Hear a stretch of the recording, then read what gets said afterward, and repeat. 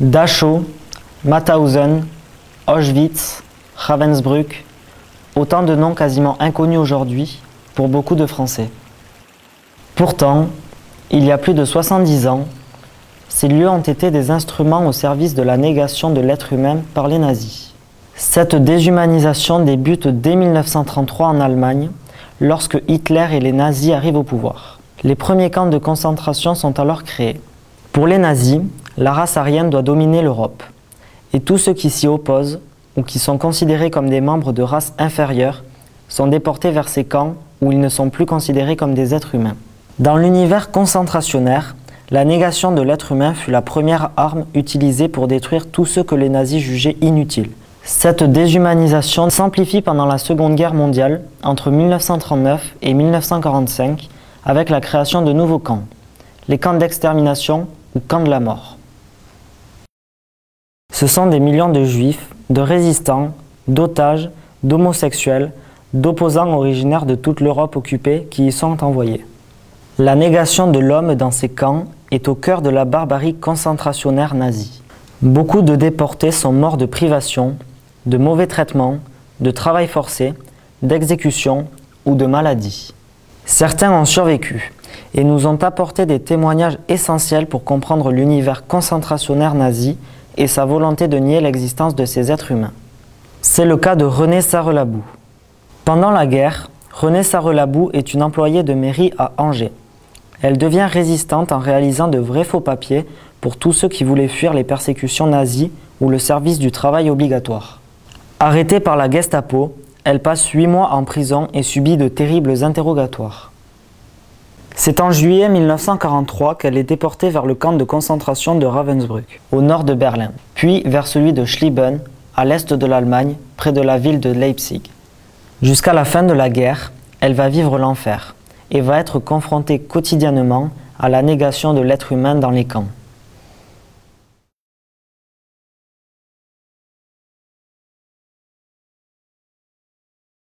J'ai été déportée au mois de juillet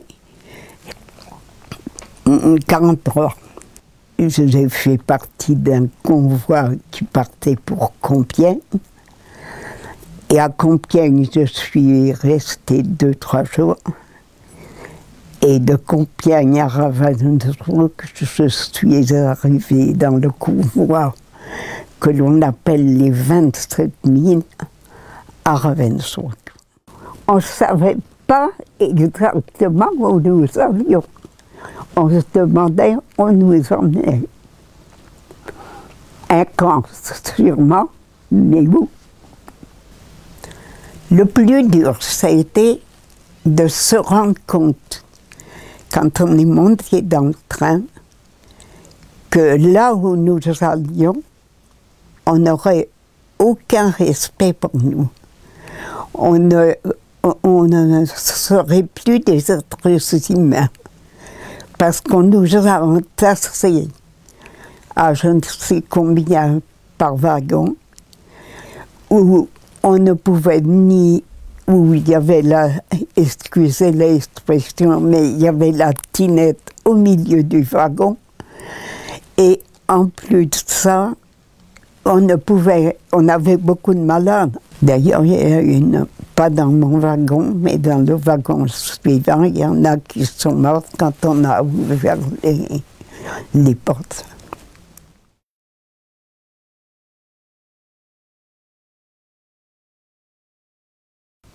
Quand on rentre dans un camp, quel que soit celui qui rentre, homme ou femme, je pense qu'on a tous eu l'impression que ce n'était pas possible, quoi. Qu'on ne pouvait pas rester là, qu'on voyait déambuler des êtres humains qui n'avaient plus rien d'humain, avec des grandes rayures, des grandes robes à rayures, comme des tissus à matelas rayés, des bonnets pour certaines femmes, des crânes rasés pour les autres.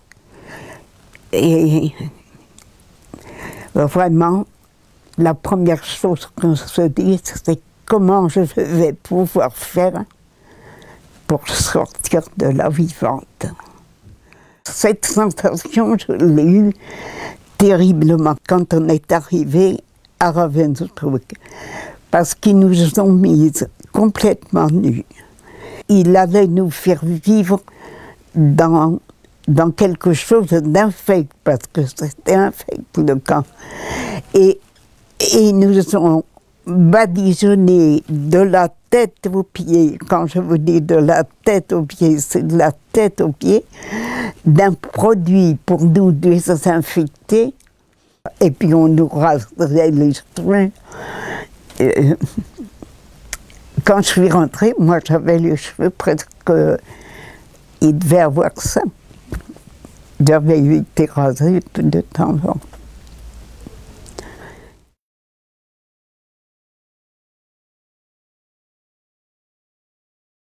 Une journée au camp.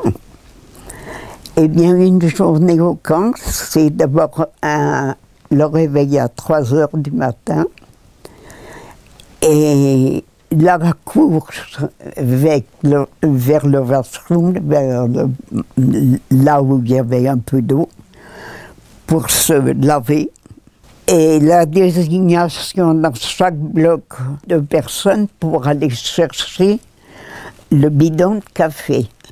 Et en général, elle prenait une grande et une petite, parce qu'évidemment, c'est très difficile à porter. La journée après, c'était les chantiers. Alors, on allait ou scier du bois, ou décharger des péniches. Et puis, on travaillait, je sais comment.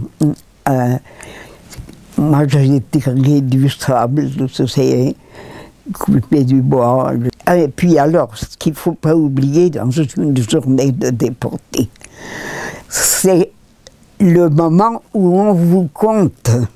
Vous êtes 5 par 5, qui ne tenez pas trop sur vos jambes, mais on vous compte au moins tout le camp 2 fois. Et chaque femme gardienne avait son chien.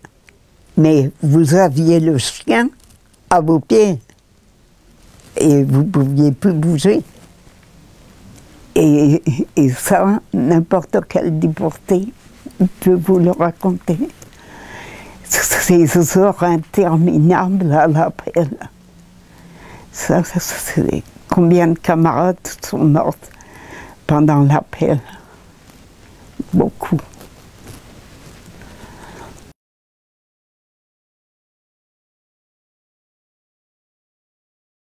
Pour eux, nous n'étions absolument rien. Et nous étions des stouks, des morceaux. Par exemple, ils venaient au camp, ils ne demandaient pas trois malades ou trois internés ou 3. Non, ils demandaient 3 stouks, 3 morceaux. Nous n'étions absolument rien. Et puis, comme il y en avait qui avaient la schlag un peu rapide, ben, tu recevais des 3 coups. Heureux quand tu t'en tirais ou que tu réussis à tenir le coup. Quand tu réussis surtout à garder ta dignité, parce que ça, c'était le plus difficile.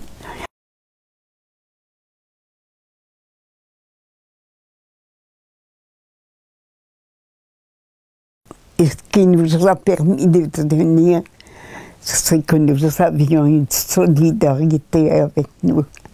C'était une solidarité de cœur, c'est vrai, mais c'était aussi une solidarité parce qu'on s'était très bien rendu compte que si nous n'étions pas solidaires entre nous, aucune ne rentrerait.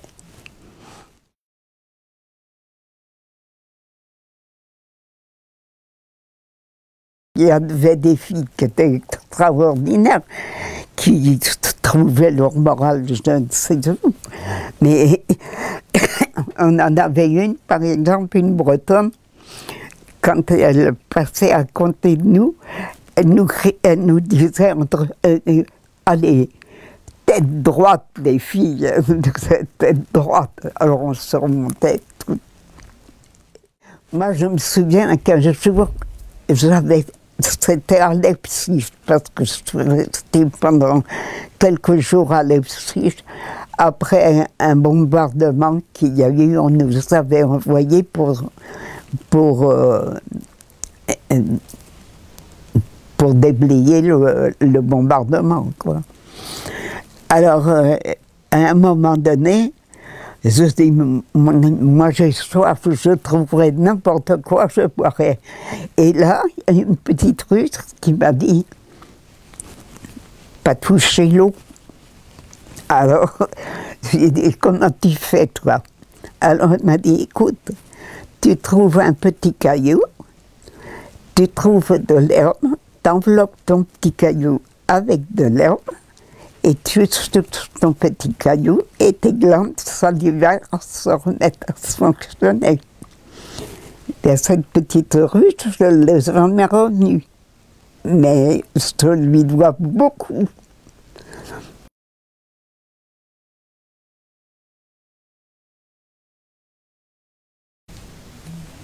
Le plus terrible encore, c'était de ne compter pour rien pour les SS. D'être vraiment isolants. Et notre victoire à tous, ceux qui ont pu le faire, ça a été de garder notre sens de l'humain. Alors qu'ils ont essayé de nous déshumaniser complètement. Et ça, c'est ce pourquoi je n'en veux le plus au nazisme. J'en veux le plus au nazisme de cet essai qu'ils ont fait de nous déshumaniser complètement.